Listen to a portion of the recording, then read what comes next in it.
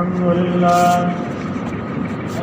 لله نحمده ونستعينه ونستغفره ونؤمن به ونتوكل عليه ونعوذ بالله من شرور أنفسنا ومن سيئات أعمالنا. من يهده الله فلا مضل له ومن يضلل فلا هادي له. ونشهد أن لا إله إلا الله وحده لا شريك له.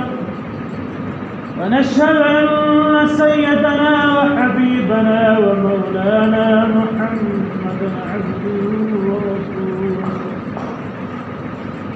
أما بعد فإن حديث كتاب الله